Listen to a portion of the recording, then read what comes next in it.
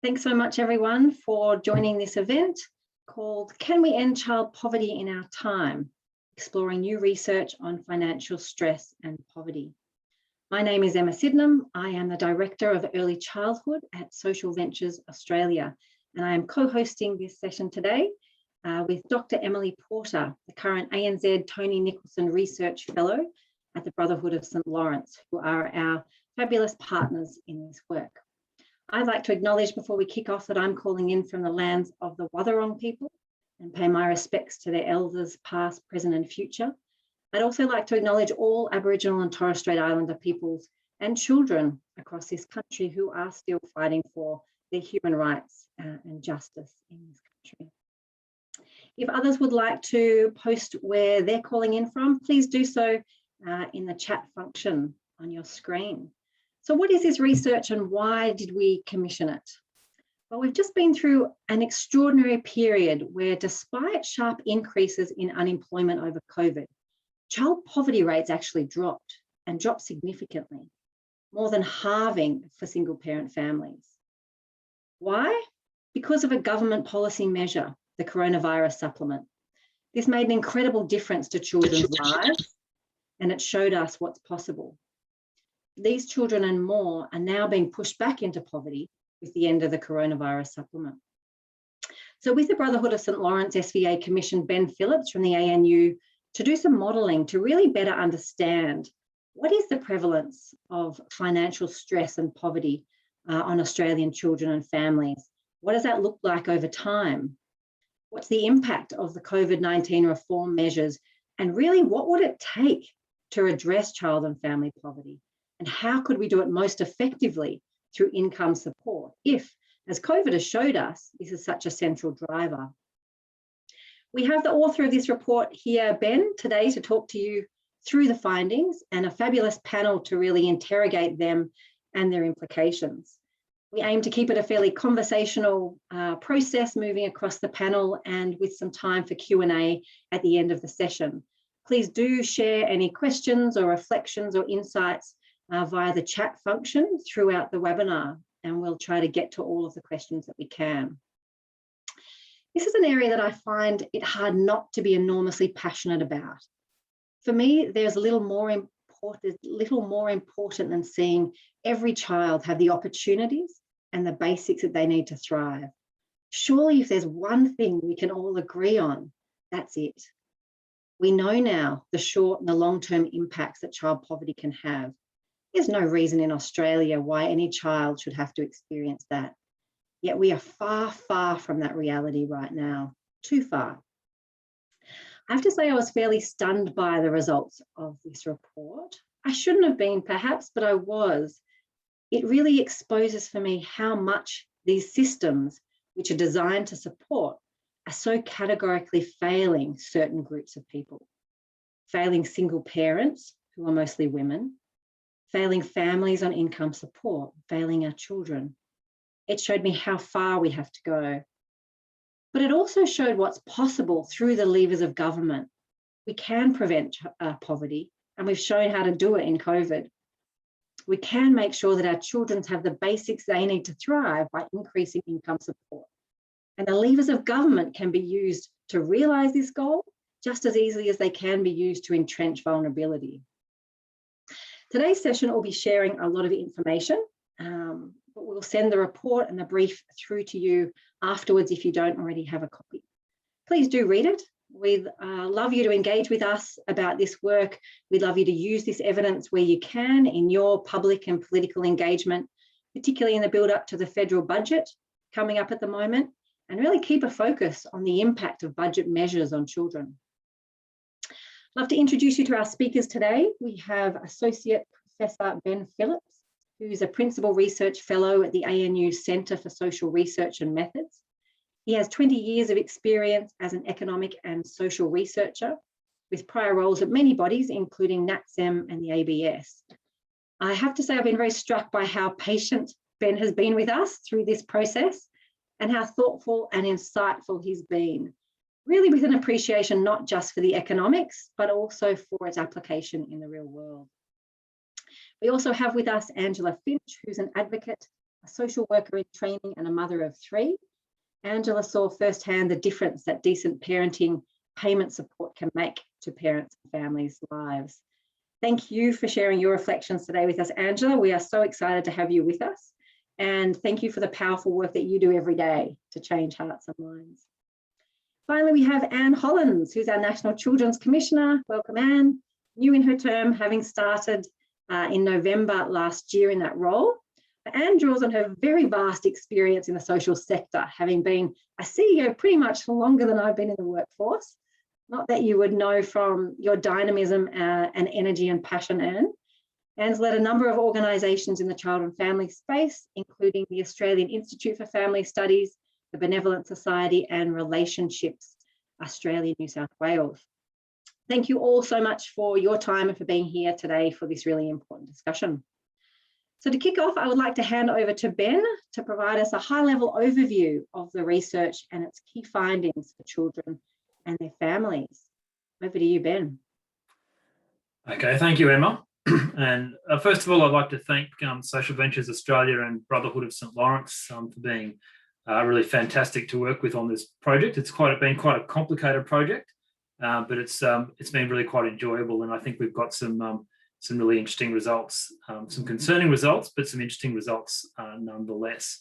So what I'll do now is I'll share my screen. I'll give I think it's about a 7 or 8 minute presentation, and we'll go into more detail later, but I'll try and keep it really quick. Obviously, the report has a lot more details that we can look at in the real fine-grained detail.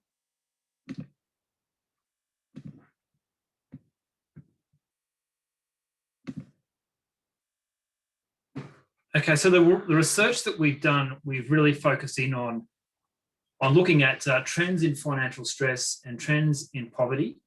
Also looking at those trends, not just over the most recent 25 or so years, but also looking at how things have changed through the COVID period with the COVID supplement and the JobKeeper scheme as well. We've also looked at what's happened with the removal of those payments. So there's sort of the main things we've looked at. But we've also looked at, if we were to spend more money, how would we be best to spend that money to minimise poverty, minimise child poverty, minimise financial stress as well. So that's an interesting and new piece of research, is particularly on the financial stress side of things. So a few points that I'll just run through. First of all, it's worthwhile remembering that the welfare system in Australia, or the social security system in Australia, hasn't greatly changed over the past 20 years in terms of structure. Some payments have really fallen behind in spite of there not being a change in the structure. So the JobSeeker payment has fallen behind in terms of its overall payment level, but the underlying structure hasn't changed greatly. But of course, Australian society has changed.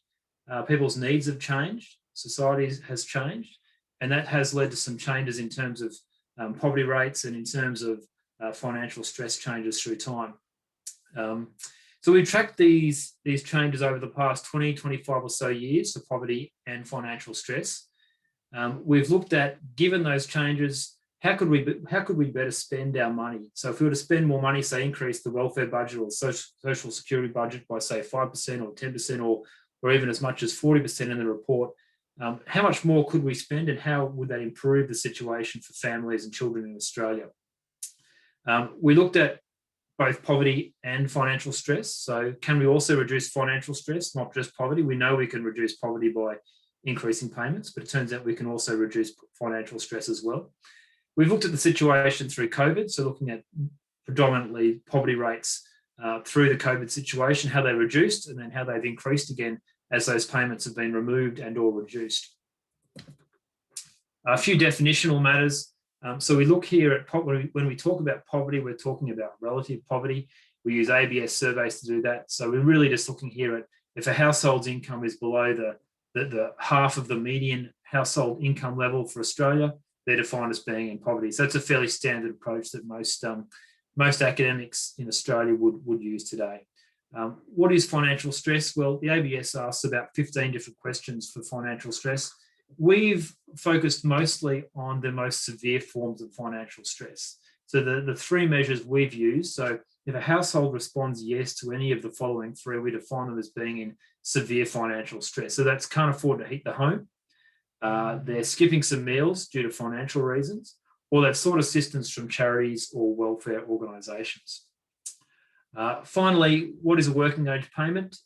So really a working age payment is a social security payment that's received by persons who are under the pension age. So this largely includes, say, those on the JobSeeker payment, or that's also known as previously known as the New Start payment, or allowances as some of us would call it. So these are people who are unable to or limited in their job search capability, and that's payments such as, say, parenting payment, or the carer payment, or the disability support payment. So the job seeker payment, they are seeking a job, but the working age payments or pensions are those who are largely have limited ability to look for work, or in fact unable to look for work. So looking at financial stress, we're looking here at the trends through time. We're looking here at the severe forms of financial stress. So what will strike you first of all, I guess, here is that some household types, we've broken this into those under their main source of income. So W&S means wages and salaries. Business means that their main source of income is through business income. Then there's the working age pensions. So that, as I said, was, say, parenting payment or disability support payment or carer payment. Age pension or allowances. And allowances is largely the job seeker payment. And then other forms of income. And what strikes me most there is that most households are actually doing okay in terms of severe financial stress. They may have other forms of stress or financial stress, but their severe forms of financial stress are quite low at around about 3 or 4%. Hasn't changed greatly through time. So the blue bar is 1998, and the brown bar is the most recently available data, which is 2015. Not a lot of change. In fact, overall, it has actually improved ever so slightly. What has gotten worse, though, is the groups that I guess we're most focused on in our talk today. That's the working age payments and the allowances. And their stress rates are really significantly higher than other household types, looking at, say, in the order of 10 to 15 times more likely to be in severe financial stress. And it's gotten worse. The one that I wasn't surprised by allowances or job seeker. I knew that they would be in very severe financial stress. We know their incomes are extremely low. The working age payments, that did surprise me a little, just how high their stress rates are. Looking on at poverty, again, a relatively similar story here where working age pensions and allowances really dominate. So age pensioners, their poverty rates are not that high. This is the after housing version of poverty. We've got businesses also sometimes have relatively high poverty rates. There's sometimes some concerns around the data in that it's weekly income, which can lead to some concerns that their income can be quite volatile. Wages and salaries typically around 7%, whereas working age pensioners, 40% are in poverty. Those on allowances is up around the 70% mark. And both of those two groups are getting worse. And so around 70% in terms of the surveys of allowance households, they're in poverty. So that's really quite a very severe problem, I would think. Whereas other households, to some extent, less so. Other households perhaps getting a little bit worse with poverty, but really it's those working age pension groups and the allowance groups, allowance households, who are doing much, much worse. In terms of families, the good news in terms of financial stress or severe financial stress is that couples with kids has actually been improving overall. Single parents, maybe some slight improvement, not a lot of improvement there. Lone persons, couples only, fairly similar through time. But again, the big concern there is that single parents are doing so much worse than, say, couples with kids. And also lone persons are also doing quite badly. But it's the single parents with kids who, well, obviously single parents who are doing easily the worst, and that has been a consistent story through time, with their rates of severe financial stress being sort of 8, 9, 10 times higher than, say, couples with kids. In terms of poverty trends for families, again, not a huge amount of change, I think, overall, perhaps a slight worsening through time. But again, single parents with kids, their poverty rates have increased. They were as low as 20% in the early 1990s, and that's worsened in the most recent, so 10 or so years, to over 30%. Lone persons also do quite badly. Couples with kids are not doing quite so badly, with actually slightly below average rates of poverty. And also lone persons also doing quite badly. So again, it's a story with both, I guess, singles as opposed to couples who tend to do the worst in Australia in terms of poverty and also financial stress. So looking here at the poverty rate through COVID, And you can see some really dramatic changes. And the changes are mostly, of course, for households whose main source of income is either allowances or the working age pension. Otherwise, there wasn't really a lot of change for households. Australia did quite well through COVID in terms of the health side of things. Obviously, there were some issues in, say, Victoria, but overall Australia did reasonably well. Some households lost some income, but then they gained income through JobKeeper. So those on wages and salaries, really there was almost no impact financially in terms of poverty. Not a lot of impact for business either. So the brown line there is the brown chart, or the brown bar, I should say, is the pre-COVID poverty rate. The green is at the COVID peak. So you can see there for, say, working age pensions and allowances that the numbers dropped off dramatically. So for allowance households, prior to COVID, using our micro simulation model, we get slightly different results compared to the survey data. We had 88% of households in poverty. And at the peak of COVID, that rate went down to 26%. So I wouldn't say we managed to remove poverty, but we did a pretty good job of bringing it right back into the pack in terms of poverty rates. Similar result for working age pensions, with their poverty rate much lower at the peak of COVID. And then as COVID has been removed, as the COVID peak has been, the COVID payments have been removed and JobKeeper was removed, we went back really to a very similar situation to pre-COVID. The red line there is is where we're at the moment. So in April of 2021, pretty much similar, very similar to the pre-COVID situation. We've also done a simulation there of whether or not we had the $50 per fortnight increase to JobSeeker payment. So that's the red line, I should say. The blue line is the current situation. And there's really very little difference, a very slight improvement thanks to the $50 per fortnight increase. But most of those households on the JobSeeker payments are in fact in poverty regardless, and whether you give them $20 a fortnight, or in this case, $50 per fortnight, the difference is very minimal in terms of their poverty rate. So it doesn't really make a lot of difference. I guess it's a welcome increase, but it doesn't really make a lot of difference in terms of poverty. In terms of the impacts on families, couples with kids didn't make a dramatic difference through COVID. So they were so that the JobKeeper payment and the increased JobSeeker payment kept them pretty much in their fairly similar positions. Some increase in their poverty rates, I guess, with lower employment rates.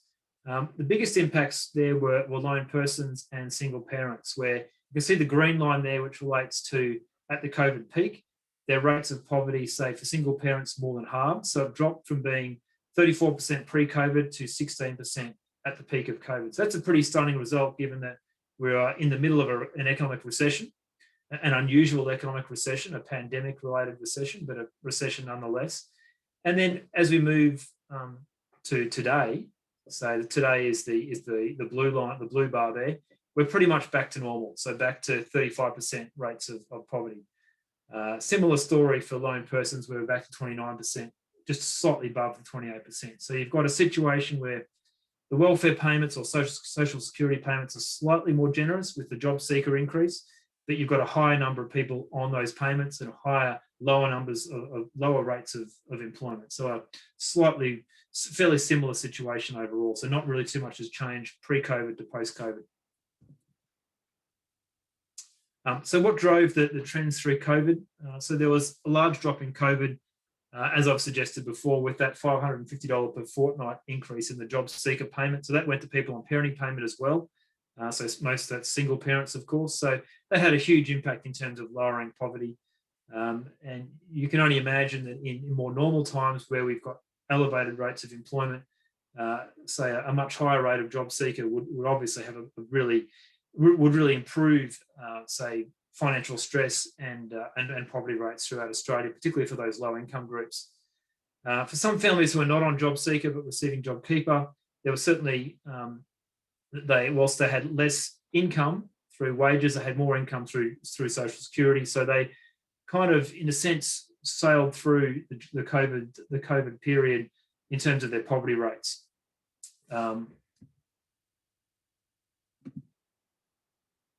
Just so I can see on my screen fully.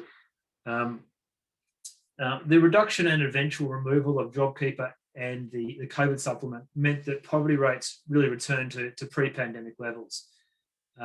So the overall rates are fairly similar. We've got slightly higher Social Security payments, but we've got a lot more people on JobSeeker. So even at the moment, well, prior to COVID, we had around 800,000 people on the JobSeeker payment, and that's increased now to about 1.2 million. It will be interesting to see where that goes. We know that the JobKeeper payment's been removed, and some of them will shift on to JobSeeker. There's some uncertainty around how that will filter through. But I guess our best estimate is around about 1.2 million will be on JobSeeker for the moment. Hopefully that number will reduce, but there's a lot of unknowns around that. The $50 per fortnight increase in JobSeeker, it was a welcome increase, but overall doesn't really make a lot of difference to poverty. Finally, we looked at our new methodology called optimal policy modelling, and that's really looking at what's the most cost-effective way of spending more money. So there's lots of different avenues in terms of the welfare system of how you could spend money. There's family payments, there's rent assistance, there's the age pension, there's JobSeeker and all the working age payments. And that modelling, I guess in short, really showed that the most cost-effective way to spend money, if you're going to spend some more money, whether it's 5% or 10% or even more, is really to spend more money on the JobSeeker payment. That's the first place you go. And beyond that, disability, parenting payments or the working age payments is the next cab off the rank in terms of where you would spend money. The other payments, they also reduce poverty, they also reduce financial stress, but just not to the same extent. So you don't get quite as good value for money. So we've talked a bit about in the report of increasing payments by about 10%. So that takes the total cash payment from about 120 billion per year to about, 10% is about 132 billion, or a 12 billion per year increase. So that's a fairly substantial increase. And what that shows is that we would increase the JobSeeker rate if we did that from the old COVID rate of 566 per fortnight to just under 1,000. And the working age payments, say disability support and carer pensions, would increase to a little over $1,000 per fortnight from their current rates of around $929, or their December rates of $929. Parenting payment also goes up. And at 10%, we don't actually increase rent assistance, which might be a little bit of a surprise. And it just shows that in terms of bang for your buck or value for money, it's the actual base payment or the JobSeeker payment where you get which is the most targeted. So adding money into that payment has the best impact in terms of lowering financial stress. We took a slightly different approach in terms of the results with financial stress. We looked at the total count. We looked at 8 different measures of financial stress this time rather than 3. And we got around about, I think it was about a 15% reduction in financial stress for those on the JobSeeker payments or the allowances. So went from an average count of a bit over 2 out of 8, to down to about 1.79 out of 8. So not an enormous reduction, but still a fairly substantial reduction for a group that the payment still is not particularly high, and a group that we know has substantial disadvantage and difficulties regardless of payment level. Some reduction for working age pension. Of course, the other household types are not typically receiving this payment, so there's not a lot of difference in terms of their overall levels of stress. You do get much more substantial reductions in terms of poverty.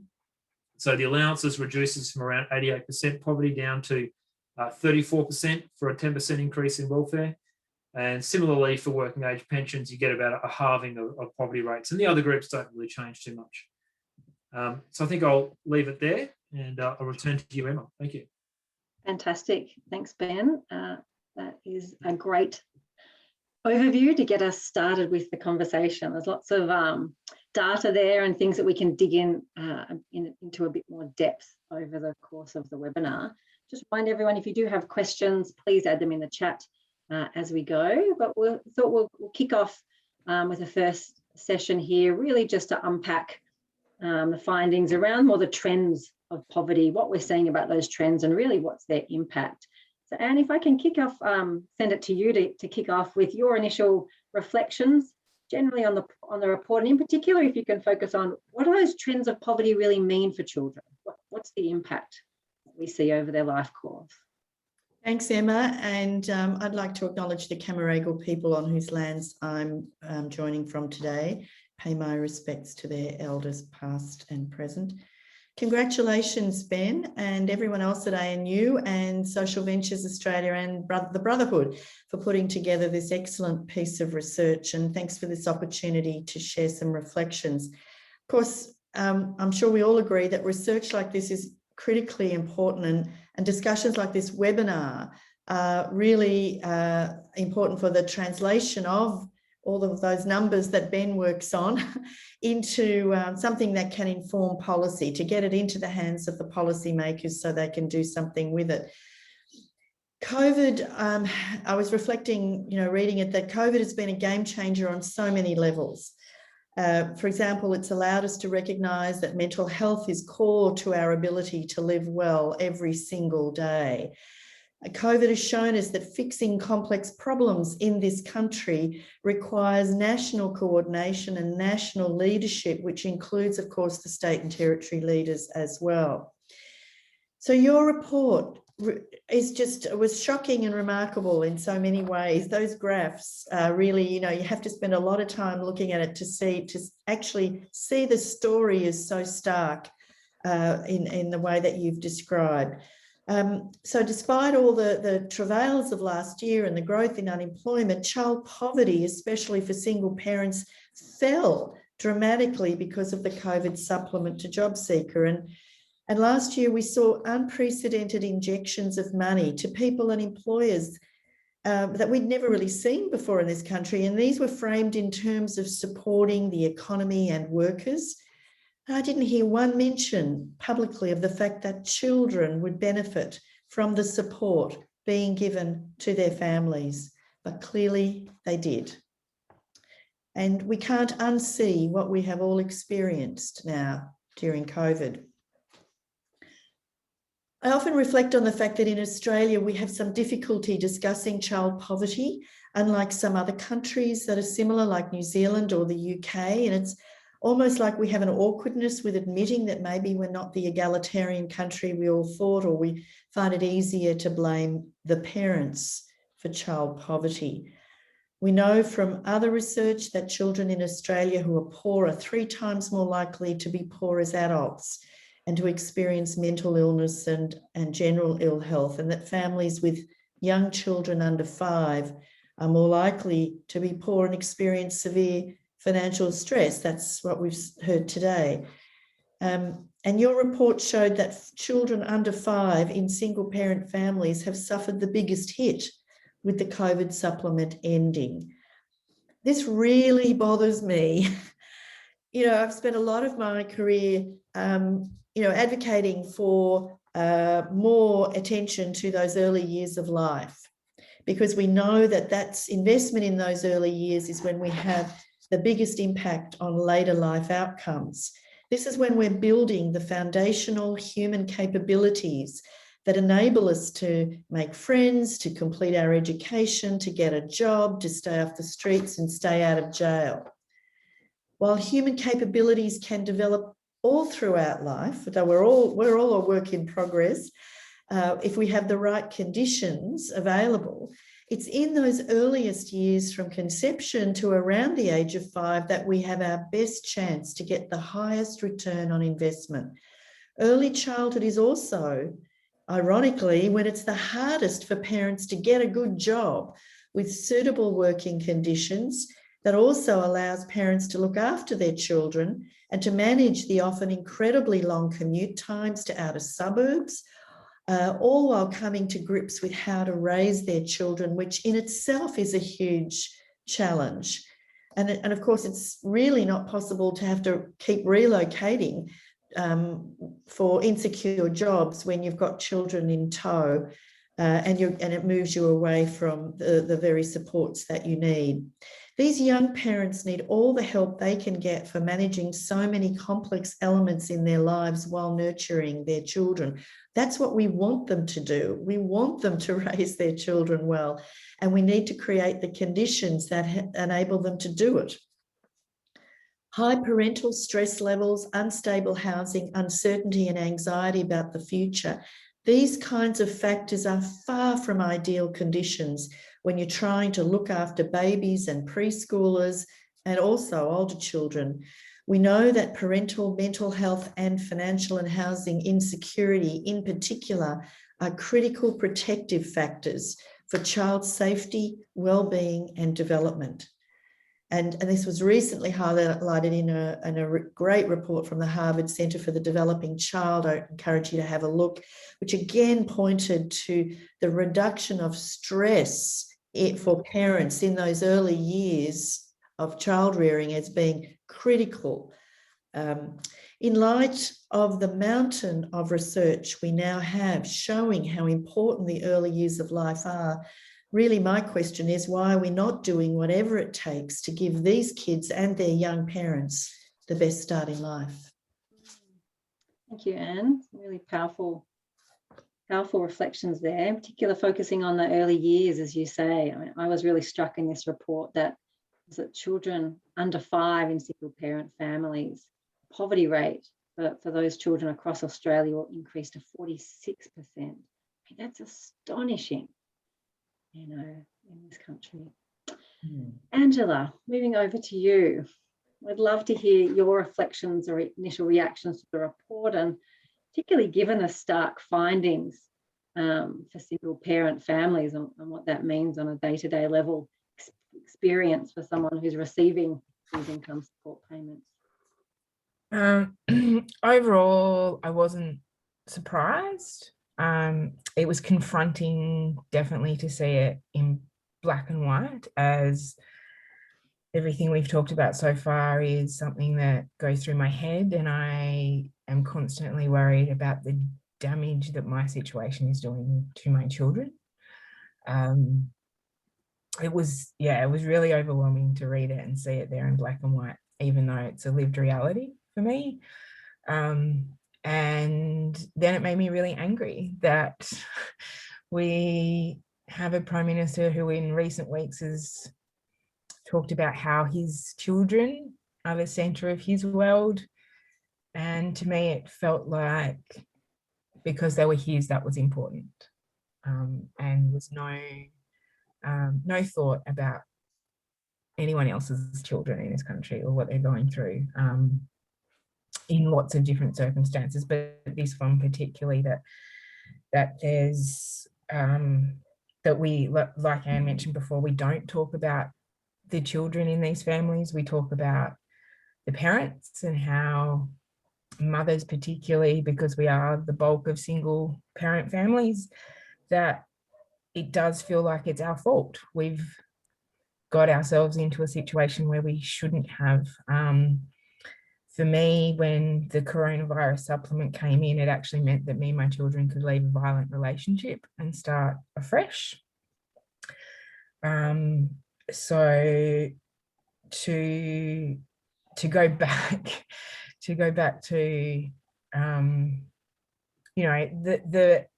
coronavirus supplement didn't mean I could open a savings account.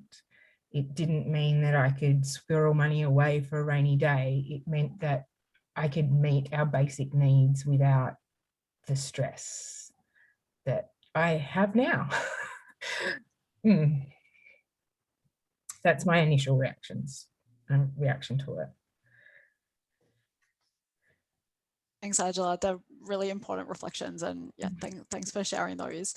We're going to move on now to the impact of the coronavirus supplement. And please, if you have any questions or comments, put them in the chat because we'll get to them shortly. Ben, I know you touched on this earlier, but are you able to just sort of give a recap of what the research found in terms of the impact of the coronavirus supplement for families, particularly single parent families, and also what the impact of that being removed has been? Yeah, sure. So I think with the increase in the coronavirus supplement of $5.50 per fortnight, it effectively, of course, doubled the JobSeeker payment. It nearly doubled also the amount for parenting payments single, so single parents on the welfare payments. And obviously that had an incredible impact in terms of lowering poverty. I think the chart I showed before showed that overall poverty rates for single parents more than halved. It went from being I think mid to high 30s down to a little bit less than half of that. So in the teens rather than into the 30s and nearly the 40% mark. So that's an incredible reduction. You'd also would expect to see some substantial reductions in terms of financial stress, and that's what Angela has just talked about. I guess one thing I would also reflect upon is that I think people like Angela probably knew that the payment increase was only temporary. It was said at the time it would be temporary, and perhaps the benefits would be even greater if that increase was a more permanent increase where you can actually make substantial changes to your life, so you can afford the very basics that you need all the time into the future, rather than thinking, well, I've got this good thing for the next month, 2 months, 3 months. It would be a substantial improvement, I think, in people's mental health and abilities financially if that was a more substantial increase through time. But in terms of the raw numbers, yes, the improvements were dramatic, mostly for single parents and lone persons as well. And of course, there are others who are caught up in who were in the situation of that payment benefiting, but the single parents and the lone persons where the main gains were made. Thanks, Ben. Angela, you've touched a bit on the impact the coronavirus supplement has had on your life. Are you able to sort of, I guess, share any more insights as to like how that affected, and I guess the change in stress or the change in work you had to do to sort of to hold everything together with the supplement? Yeah, holding it together was much easier with the supplement in place. You know, it was a significant amount of money for my family in the grand scheme of what we're talking about when Ben was talking about the 12 billion and 15 billion to the whole overall budget. It seems astronomical, like I can't even fathom that much money, to be honest. But break it down into an individual family, it meant that I didn't have to choose between fresh fruit and vegetables and meat. I didn't have to choose between saying yes to an extra school activity. I didn't have to choose between what medication I would buy, or if we go to the doctor at all, because I could just go. Right now I'm in a situation where I keep putting off doctor's appointments because is there a point of going to the doctor and walking out with a script I can't afford? The day-to-day is little stuff. It's really hard to say that $3 for a school fundraising has become a huge issue in my family, and that burden, it's on me, and I feel like it's my fault that I'm here and I'm doing it. The responsibility I feel for my children, obviously every parent feels it, but right now I feel like I'm failing them, even though I'm trying to get work that fits into a sole parent schedule. I'm studying full time. I still feel like every day I'm failing them. And when I hear my 12-year-old tell my 8 and 3-year-old they're using too much milk because mum can't afford it, breaks your heart again, because she's 12 and not stupid, and she understands where we live and what we do. Or your landlord comes to you and say, hey, the real estate agent's going to put your rent up, and I turn around and go, well, I can't afford to sign a new lease. I'm already, half my income already goes to my rent. The only way I can see out of it is work I'm qualified for at the moment would be minimum wage, which would increase my overall income a little bit, but I would still be in financial stress, and there's no betterment for our long-term outcomes. My eldest daughter started high school this year, and I know we're living in very unusual times and not sure if a school overseas trip will happen in year 9 for her, but it's something that's already talked about, and I don't know if I can afford that. Like, I know I actually can't afford that. And part of the reason I'm talking about it today is that I'm in a really privileged position. I have amazing parents that help me regularly who are pensioners also. And that's another thing that breaks my heart, that my parents rock up and with child Panadol, because I can't afford to have child Panadol just sitting in the cupboard for when they get a fever. It's every day. It's something that I think about every day. And I think the day that I get my allowances in my bank account, while there's a moment of relief, by the time I pay all my bills, my account is empty again. And so the cycle starts again. And I've realized over the past couple of weeks, since the coronavirus supplement completely stopped, the majority of my time is spent policing food for my children. I'm pretty sure that's not a parenting role that's put out there. It's heartbreaking.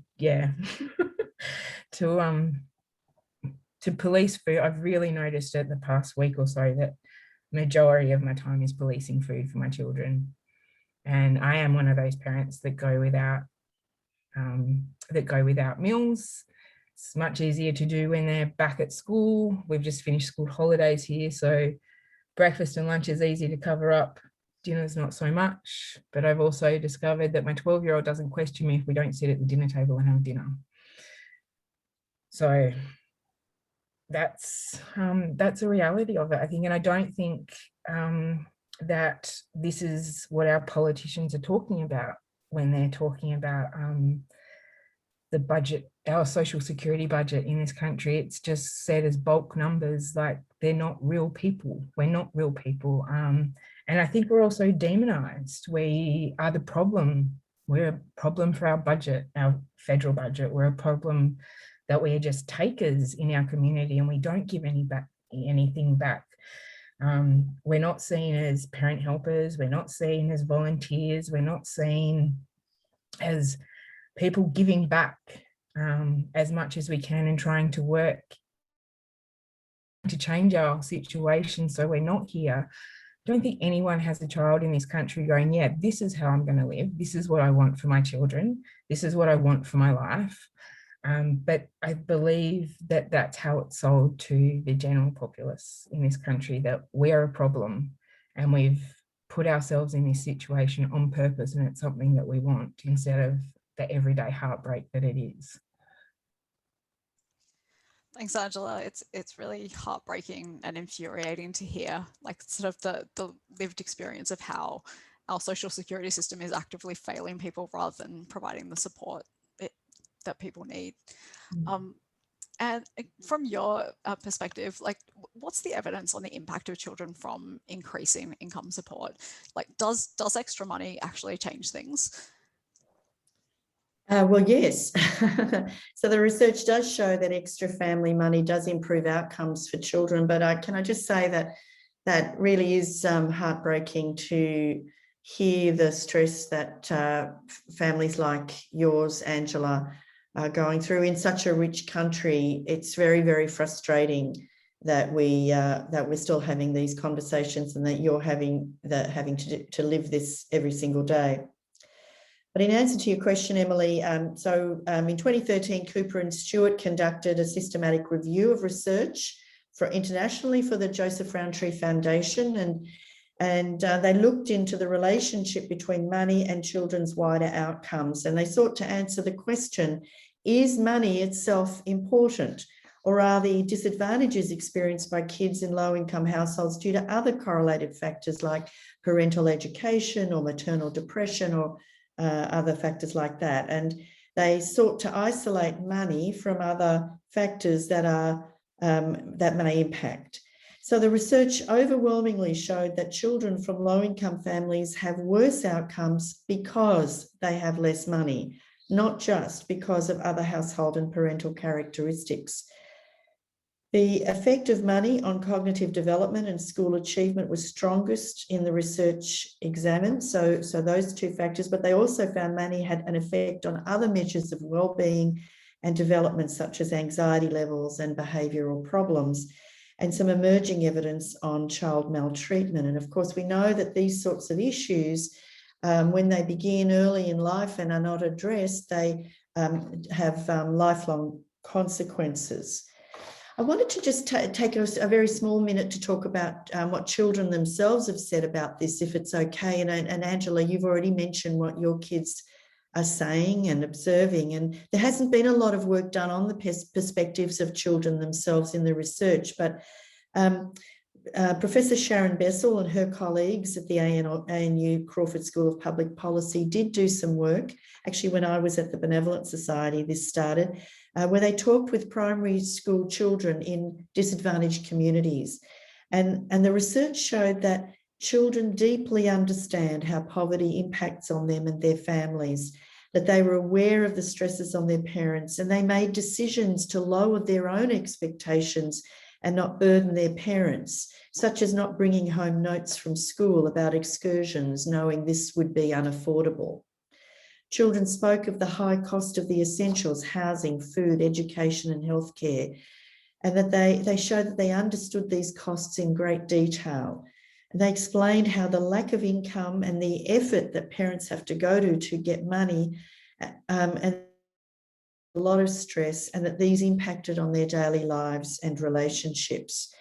And we also heard this in surveys last year during COVID, actually, that children, when they're asked, they worry most about their parents' stress, about their parents' health and employment conditions and housing.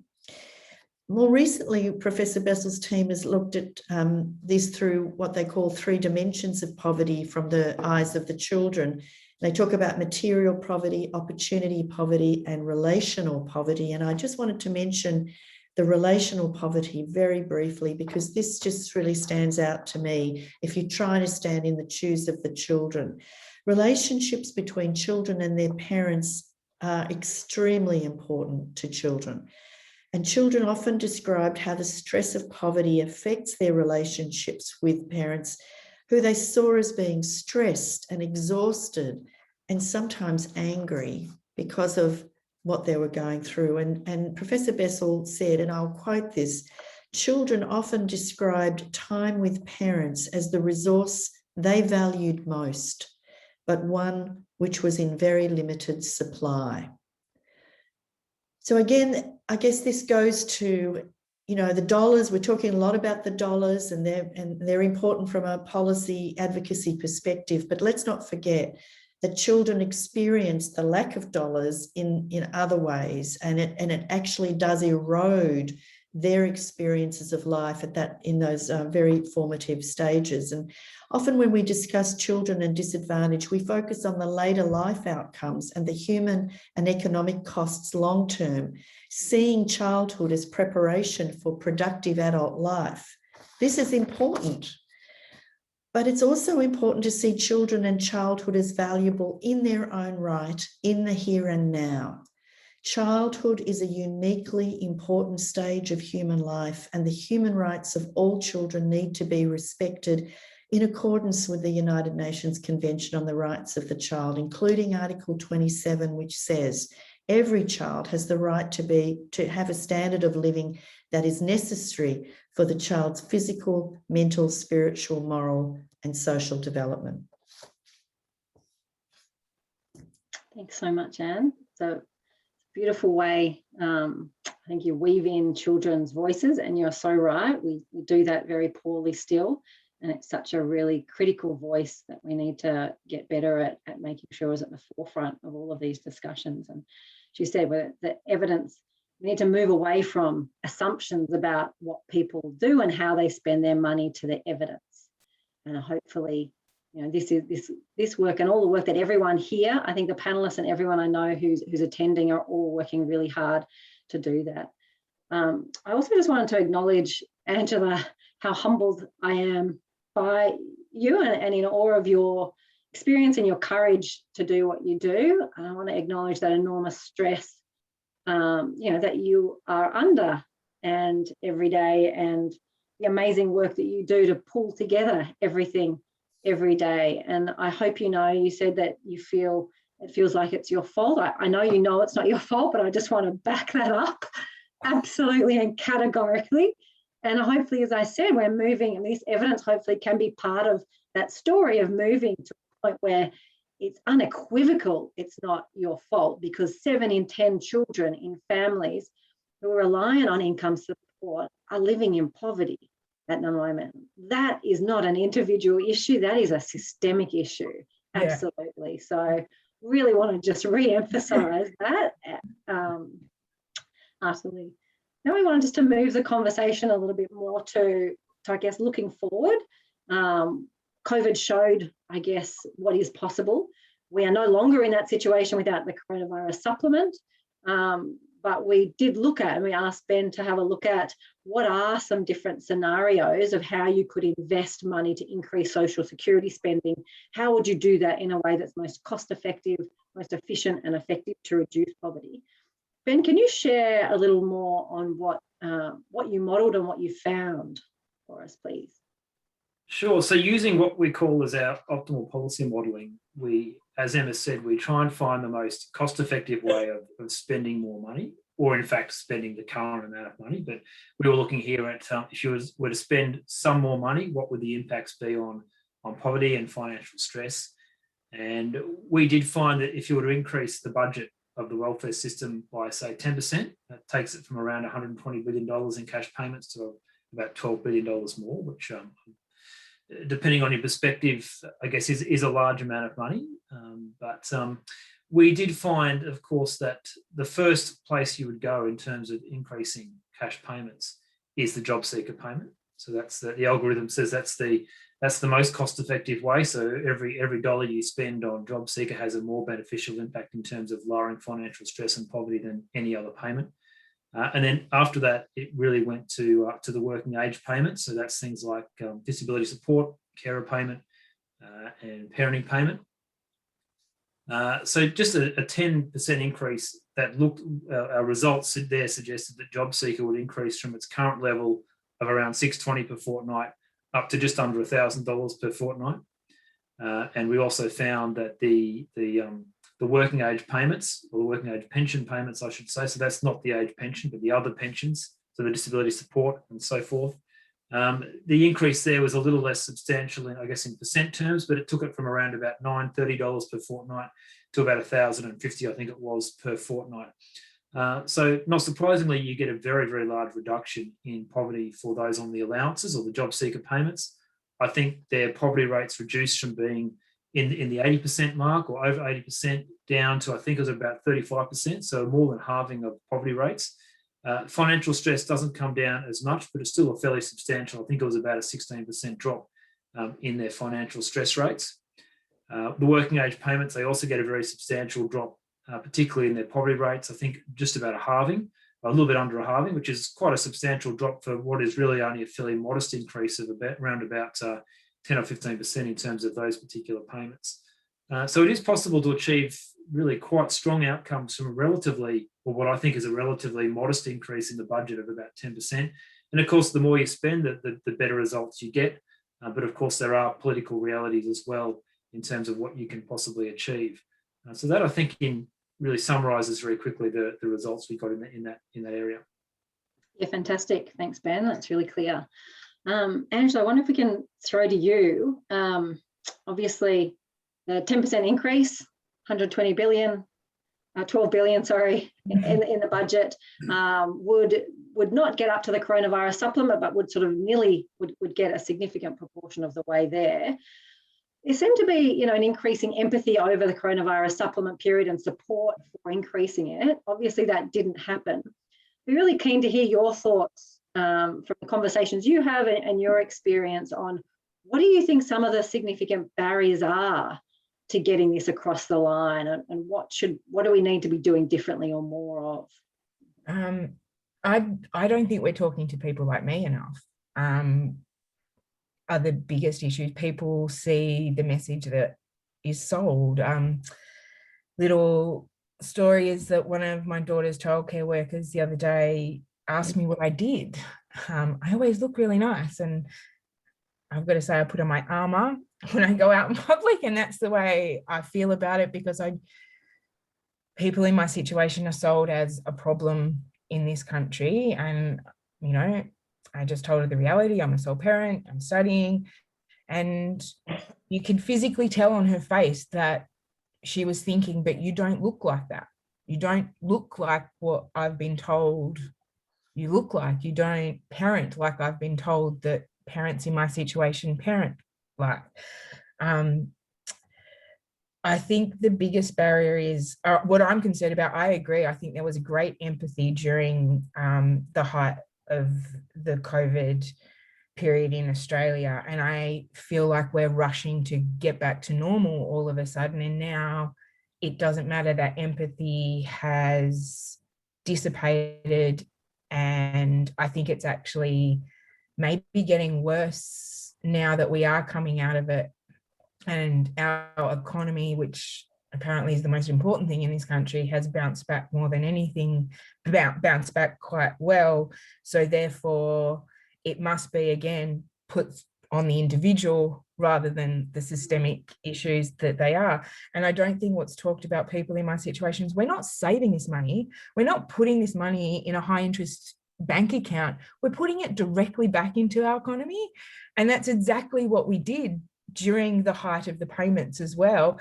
And there's been no discussion about the correlation of spending that money in our economy when it wasn't doing so well to, we weren't saving up. I was stockpiling food. I was stockpiling clothes. I was thinking about birthdays 12 months away. I was spending it. I wasn't saving it. And there's not the connection of people spending the money in our economy, in our local communities, in our states, in our country. There's not that correlation there that that it is going straight back into our economy. And by taking that stress off, we can participate more and try and benefit more, which will mean it's only going back into the economy more. That it seems to be a real disconnect between the actuality of lived experience and what is being sold by politicians and some parts of the media.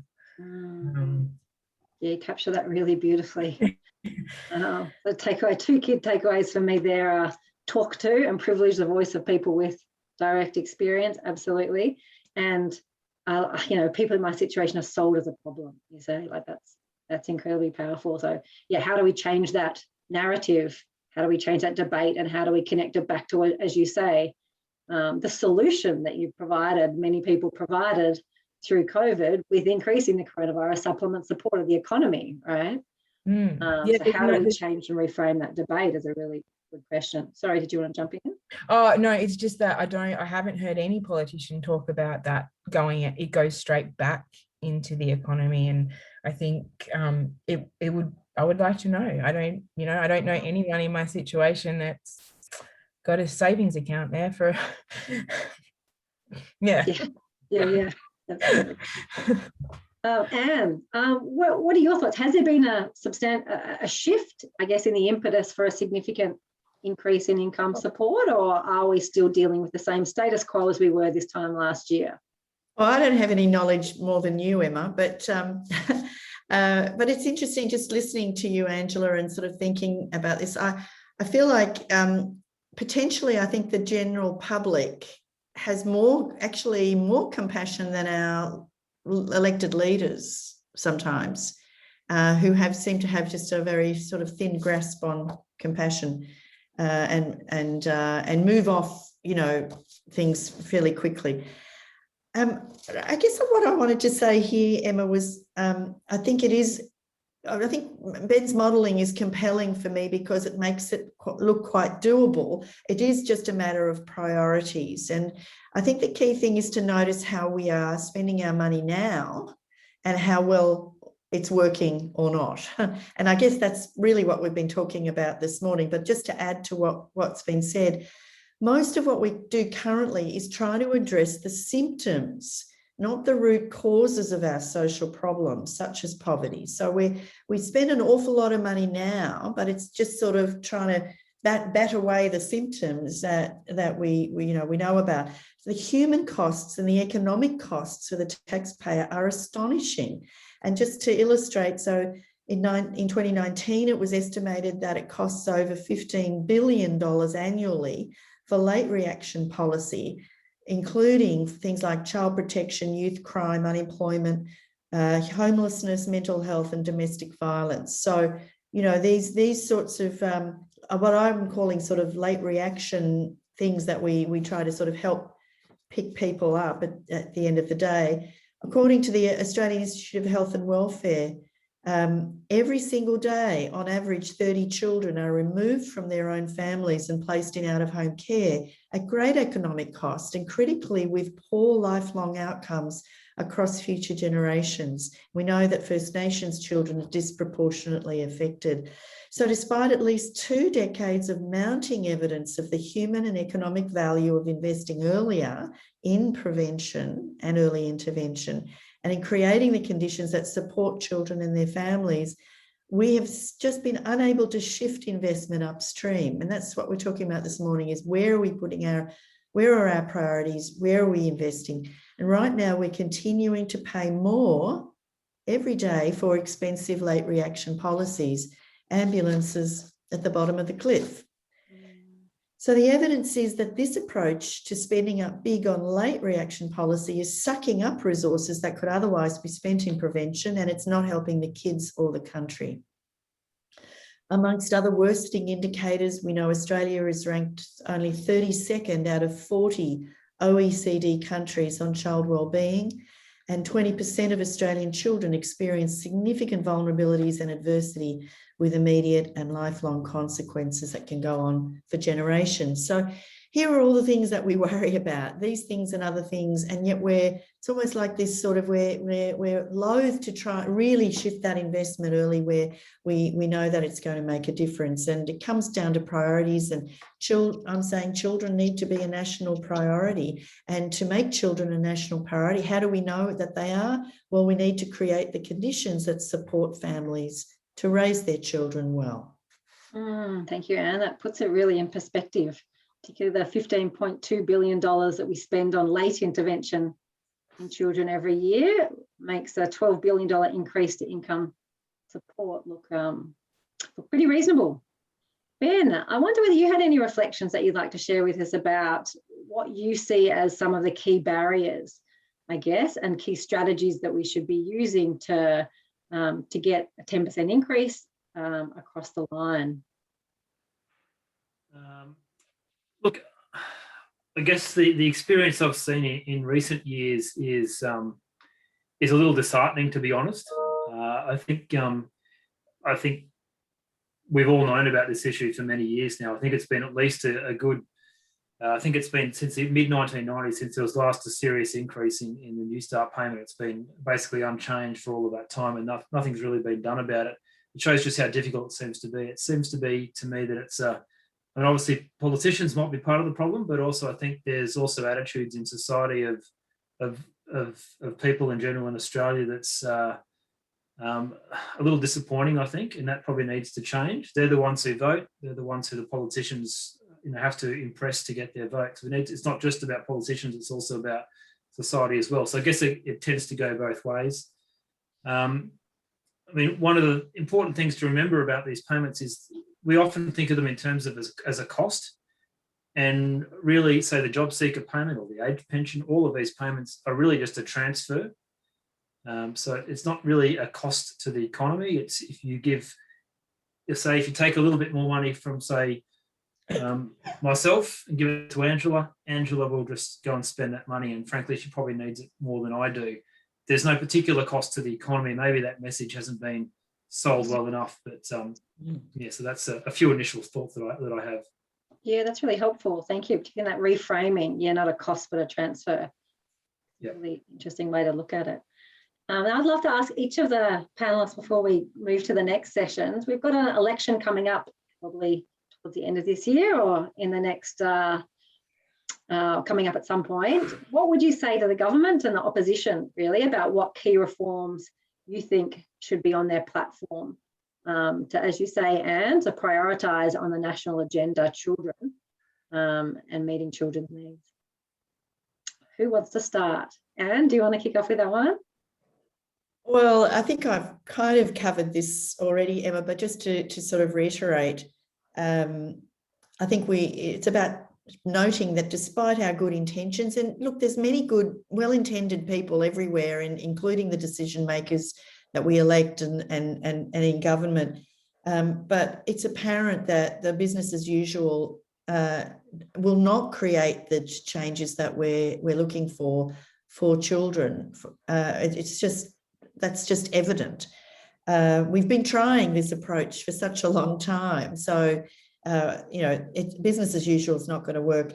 And I think we need to understand how our policy settings are failing our children and how we and our current ways of operating are actually supporting the conditions that keep things the same. So when we hear our leaders saying they want change, they want improvements, it's actually, we need to look at ourselves and go, well, what are we doing that's actually keeping things the same? And I guess I think that that's something about seeing ourselves as part of the systems.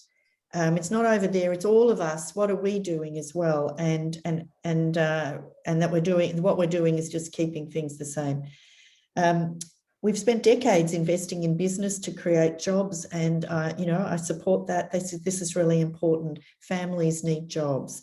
But maybe now we should also invest in our children specifically and deliberately, explicitly, all our children. Maybe we need a campaign called Children First, where we actually highlight that children need to be a national priority and to pay attention to these negative outcomes of child poverty and financial stress that we've been talking about today, and pay attention to the evidence like Ben's in his report as to how we can turn this around, how that's doable, and to stop funding more ambulances at the bottom of the cliff and go build a fence. I'll join your campaign, Anne. Thank you. Angela, do you have anything that you'd like to put on the government's agenda for the election? Yeah, I want them to see our children, all of our children, not just their own children. I want them to see that we are having a go to get a go. I want them to understand that the policy settings at the moment is the creation of generational poverty. It is the creation of inadequate educational outcomes. It is the reason for poor health outcomes. The policy settings at the moment is creating this problem, and I feel that parents feel that as an individual rather than as a policy setting. I want them to see me as politically engaged in this country. I want them to see that we vote, that we haven't always been here, and we have paid taxes, and we are trying to pay taxes again and contribute. And much like Ben said before, I'm hoping not to be in this situation forever, and I want to give back. I want to be taxed more when I get there. I want to not see children go through this again. I don't want it to continue the way it is. I can't understand how we can keep calling ourselves the lucky country, and when we are so wealthy, and we are creating the anxieties and the poor physical and mental health outcomes. We are creating the poor educational outcomes, and we are taking zero responsibility for that. I think that. Absolutely. Thank you. Ben, did you want to have the last word? Look, I think maybe I was a little bit pessimistic before with some of my commentary of history, but I do also get a sense that there is a growing groundswell of support for, say, increasing payments such as the JobSeeker payment. In our surveys at ANU, we have the ANU poll, and we do see increasing support for increasing these payments. There seems to be a groundswell of support amongst business. I think most business groups seem to be on board. I would also say that I think most groups tend to be in support of increasing these payments. That may not have been the case 10, 15, 20 years ago. Even my own reflections, I guess, on media commentary, things maybe have improved. I remember back in the early 1990s, we had a recession, we had very high unemployment, all good reasons for why people would be unemployed, of course. We just had a very large recession, and there was a lot of talk about dole bludgers back then. I'm not sure I hear quite so much talk. I still read about that in the Daily Telegraph occasionally, but I do get a sense things are improving. There is more support for increases in these payments. But of course, unfortunately, the payments are still at their old levels. That hasn't happened yet, hasn't turned into dollars yet. And of course, with the COVID payment being substantially increased and more increased than I think anybody had ever imagined, I do see hope, I think, for the future, that it can be improved and increased in the future.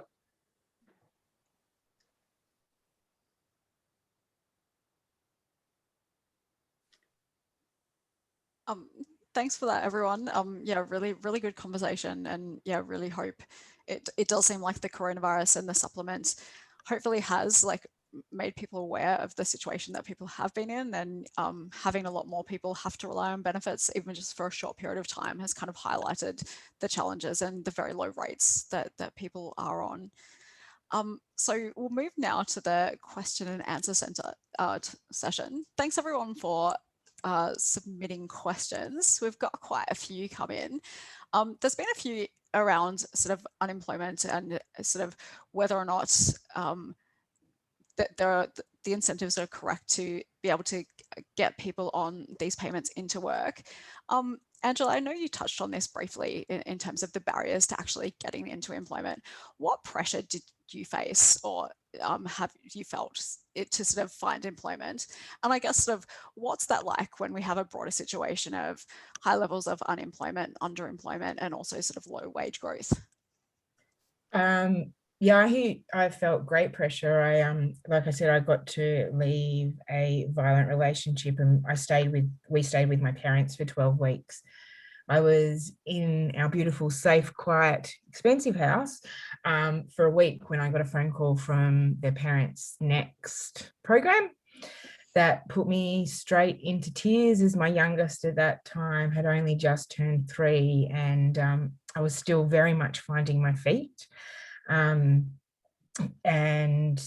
dealing with all the mental health issues that were very much at the surface then. And it did, I immediately cried on the woman. And ever since that phone call, there has been pressure, because even though that I am studying and the barriers there for me are childcare, my youngest is in 2 days a week at the moment. But for me to go into, so let's say I did forget and I just went looking for full-time work, I have to have her in full-time childcare before I can look for that work, which means I have to have the money to pay for it, first of all, which I don't. I'm actually already reassessing if I can continue with those 2 days a week, and I feel that they are so beneficial for her development, because of my financial situation. There wouldn't be the social outings. I consider that her social development as very important, and I couldn't afford to do that, and I couldn't afford to then devote those 2 days to the study and concentrating fully. It's a bit hard to do the study without it. So I think there are lots of barriers other than just what jobs are available at the moment. Because after that, I also have after school care I need to think about for my other two children. So if I turn around to an employer at the moment, well, yeah, that's great, I really want this job, I can work 2 days a week between 9:30 and 2:30, as long as my kids aren't sick. And I don't think many employees are going to take me up on that. And I have discussed, well, what if I go and get a night job? And that puts more burden on my parents, because I need my parents then to look after my 3 children. I don't think what we talk about when we talk about a barrier is it actually is expensive to look for work. There's a cost involved in that, especially as a single parent, because you need to have those mechanisms in place first. I can't go to an employer and they offer me a job and say, this is your hours. Well, just give me a few weeks or months, depending on the childcare wait lists, to sort that out, and then I can start. They're just going to go next applicant.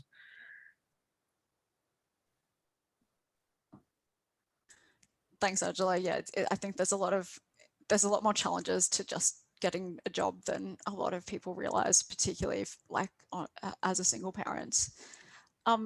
And do you have any comment on sort of I guess this pressure for particularly single parents or parents of young children to get a job when that may not always be possible?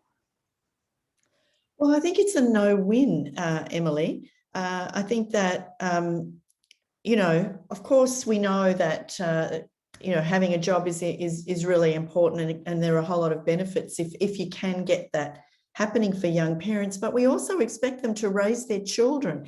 We expect them to be there for them, to provide that nurturing, to you know, it's a really hard job raising kids, and I just can't fathom how you know, how the thinking goes that, okay, well, it's, you know, yes, just funnel these young parents into jobs and get their kids into childcare and it'll all work out. It's just, it doesn't work out. And I think somehow we need to come to terms with the idea that, particularly in those early years, you know, maybe parents can only do one thing. Unless they've got the most amazing support teams around them, and not everyone does. You know, that, you know, they're just being able to, raising your children well is a really good thing. Maybe, you know, training, completing your education or whatever it is you need to be doing at the same time, but that's okay. And really, the investment that we want parents to make for their children needs to be more highly valued somehow. And so, you know, I guess that's sort of been mentioned in a way through this morning, but can I just put it out there again? You know, we're the first ones as a country to criticise parents if they drop the ball. We want them to do a good job for their kids. We need them to. We should support them to do that job. Thanks, Anne. It's so true. It's just like there's such a devaluation of parenting and also care roles in terms of the way we fund childcare, which just then creates new barriers for people to actually get into the labour market. Ben, in your research, so we often hear debates around either giving people more money or encouraging them to get work. Is there actually that trade-off, or does giving people more money actually support them into the workforce? You're just on mute, Ben. Sorry, yeah, look, my sense is I think Australia has far too much emphasis on work as opposed to all the other things that we can and should be doing through life. And I think there's too much emphasis and really just faith that the best way to get out of poverty is to go and find yourself a job. And there's a it completely ignores the realities of the lives that many people have, or the challenges they have in particular regions, or many other things that are going on in their life. I think we also tend to have far too much mythology around, if you increase benefits by any amount, people will no longer want to work, and that there's this lifestyle of being on welfare payments, as they're often called. I think the evidence is pretty weak in reality that is the case. And in any case, I mean, the current JobSeeker amount, or it was, say, around $570 per fortnight, is so far below what a full-time job would provide.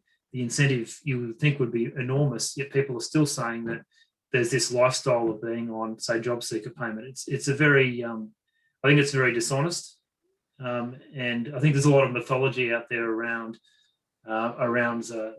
these things, which is rarely backed up by anything to do with reality or facts.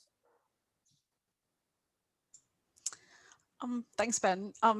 Just while we have you on there, we've got another question come in around the sort of financial stress work you've been done and sort of linking income changes to financial stress. Someone's just asked sort of what's the opportunity for applying this to different cohorts, particularly because financial stress, I guess, goes to the lived experience for what it is like for people, particularly on low incomes, and also understanding that different people have different costs and different needs. So whether you're a parent who has the cost of raising children, whether you're on a disability support payment and have the cost of additional medications and accessibility. So yeah, I guess what are the opportunities for using the financial stress work you've done for new applications, and what kind of benefits do you see it having?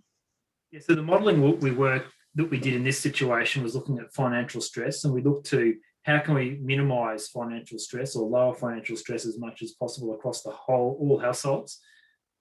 We've done previous work looking at that in terms of lowering overall levels of poverty, We've done various ways of doing that, but you could look at it particularly in terms of, say, child poverty. We looked at results in this particular piece of work for child poverty.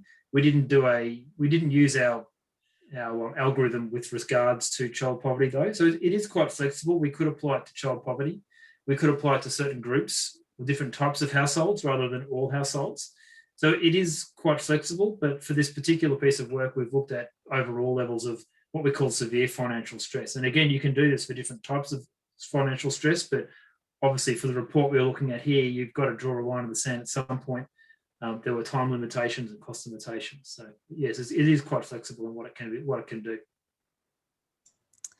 Thanks, Ben. Anne and Angela, do you have any thoughts or after hearing about the sort of financial stress analysis, like whether that resonates with you in terms of how you experience sort of the challenges of low income in your own life, or whether that sort of, whether it does go sort of better explain sort of the challenges and the stresses that are faced by young children and their families relying on low income levels?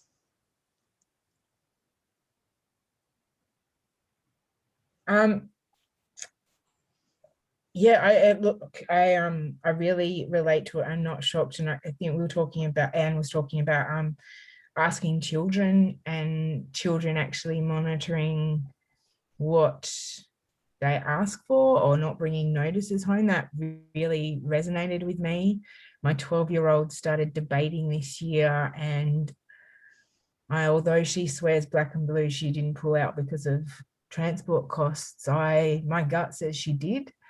My 8-year-old will start asking for something simple, like if she can go to the pool with her friends on the weekend, and stops herself. So, one of her phrases is, "Oh, no, I know, Mum, it's okay. We don't have to do that." She's 8. So I've kind of gone a bit of a blank with the actual question, the financial stress. Sorry. No, yeah, that's great. Yeah, it does resonate, and it's every day. It's just every day. It's there. You can't not think about it. It's impossible to. Like, I've tried really hard not to have just some days just not to worry about it. I don't invite my kids' friends over for our after school play dates now because I have to provide afternoon tea. I don't have the money to feed other people's kids. That's ridiculous. That's just so ridiculous. You go, Anne. Oh, right. I don't have anything to add. I mean, you've said it all, Angela. Yeah, thank you, Angela. That, yeah, really brings it into perspective, like hearing about the sort of day-to-day aspects. I think we've got time for probably one more question before we sort of just finish up. So this one's for the whole panel. So how do you think the early years and sort of social sector can work together to ensure that there's greater focus on the needs of children in sort of policy debates and in terms of, like, when we talk about the need for raising income support?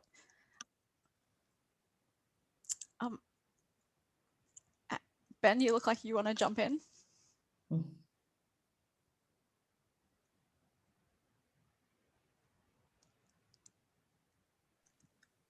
Sorry, did you just say me, Emily?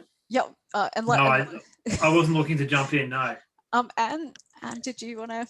Yeah, I think that's a hard question to answer. I mean, there's been quite a lot of work. I mean, I think in some ways it's quite a mobilised sector and with a lot of supporters in the sort of policy field, trying to also shine a light and pay attention onto the issues for families in those early years.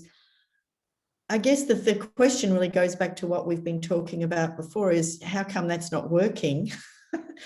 How come we're still talking about this? How come we still can't make, kids and their parents a priority?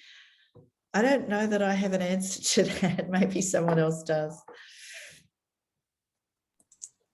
Angela, did you want to add anything? Yeah, I think it comes down to how we're seen. I agree. I think this sector is really supportive. I've been in contact with a few organisations that work in this space, and I don't need to explain to you guys today.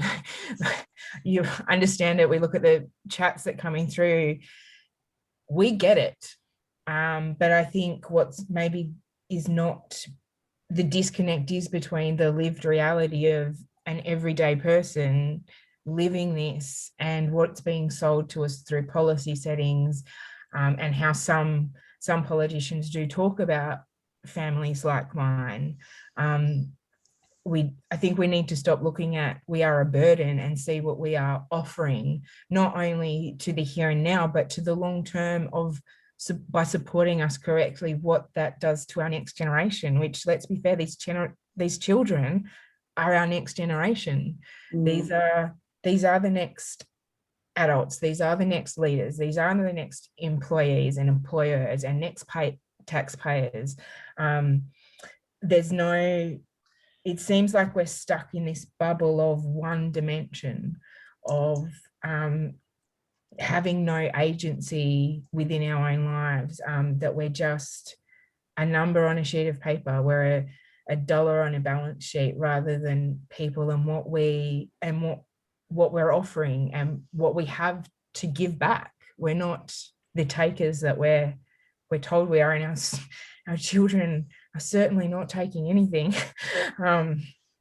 They're an investment, and I don't understand how we can't see them as that investment. Yeah, I agree. And I did think of something to say just to reinforce. It's about making children number one. It's about children first. And I think we feel less ambivalent if those who feel ambivalent about the issue, you're not going to be ambivalent about kids, right? So maybe we just keep emphasising that this is about investing in children as number one.